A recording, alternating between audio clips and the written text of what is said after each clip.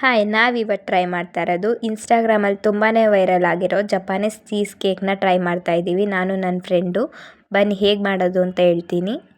First ಇಲ್ಲಿ ನಾವು yoghurt ತೊಗೊಂಡಿದ್ದೀವಿ, ಪ್ಲೈನ್ ಯೋಗರ್ಟ್ ಒಂದು ತೊಗೊಂಡಿದ್ದೀವಿ, ಹಾಗೆ ಫ್ಲೇವರ್ ಯೋಗರ್ಟ್ ಒಂದು ತೊಗೊಂಡಿದ್ದೀವಿ.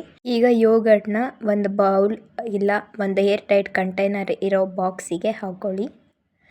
ಅದನ್ನೆಲ್ಲ ಸ್ಪ್ರೆಡ್ ಮಾಡಾದಮೇಲೆ ಬಿಸ್ಕೆಟ್ಸ್ನ ಕಾಫಿ ವಾಟರಲ್ಲಿ ಡಿಪ್ ಮಾಡಿ ಹಾಗೆ ಇಡಿ. ಜಾಸ್ತಿ ಡಿಪ್ ಮಾಡಬೇಡಿ, ಬಿಸ್ಕೆಟ್ ಸಾಫ್ಟಾಗಿ ಹೋಗುತ್ತೆ. ಬಿಸ್ಕೆಟ್ನೆಲ್ಲ ಡಿಪ್ ಮಾಡಿ ಜೋಡಿಸಿದ್ದಾದಮೇಲೆ ಅದನ್ನು ಈ ಥರ ಅಸೆಂಬಲ್ ಮಾಡಿದ್ದೀವಿ ನೋಡಿ. ಹಾಗೆ ನೆಕ್ಸ್ಟ್ ಅದರ ಮೇಲ್ಗಡೆ ಇನ್ನೊಂದು ಲೇಯರ್ ಹಾಕ್ತಾಯಿದ್ದೀವಿ ಯೋಗರ್ಟ್ನ.